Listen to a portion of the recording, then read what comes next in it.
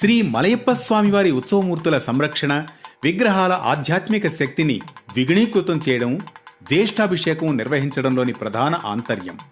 ఈ జ్యేష్ఠాభిషేకాన్ని తిరుమల శ్రీవారి ఆలయంలో ప్రతి ఏటా 3 రోజుల పాటు నిర్వహిస్తుంది తిరుమల తిరుపతి దేవస్థానములు.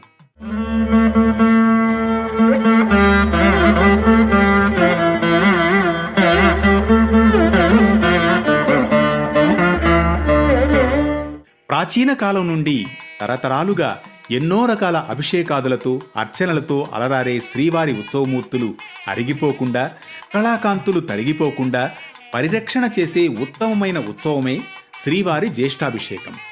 ఈ సందర్భంగా ఉభయ నాంచారులతో కూడిన మలయప్ప స్వామివారికి ఆలయ అర్చకులు, వేద పండితులు శాస్త్రోక్తంగా మహాశాంతి హోమం నిర్వహిస్తారు. జ్యేష్ఠాభిషేకం శుభవేళ శ్రీ మలయప్ప స్వామివారు దేవేరులు శతకలశ తిరుమంజనంతో కనుల పండువగా దర్శనమిస్తారు. అనంతరం స్వర్ణ కవచాలకు ప్రత్యేక పూజలు జరిపి సాయంత్రం శ్రీదేవి భూదేవి సమేత శ్రీ మలయప్ప స్వామివారికి స్వర్ణ కవచ సమర్పణ వేడుకగా నిర్వహిస్తారు అర్చక స్వాములు.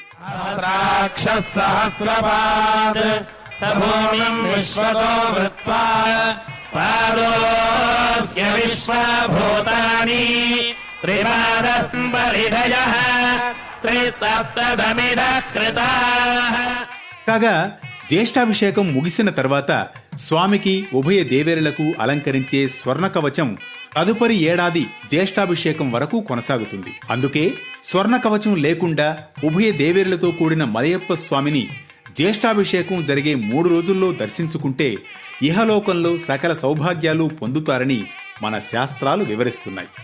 3వ రోజున సహస్ర దీపాలంకరణ సేవ అనంతరం స్వామి, అమ్మవార్లు ఆలయ 4 మాడవీధుల్లో విహరిస్తూ భక్తులను దివ్యంగా అనుగ్రహించడంతో జ్యేష్ఠాభిషేకం ముగుస్తుంది.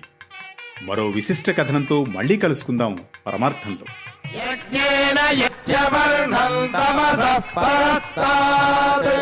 తమేవం విద్వానమృత ఇహ భవతి అరమిచ్చంతి వేదదః యో దేవేభ్య ఆదపతి.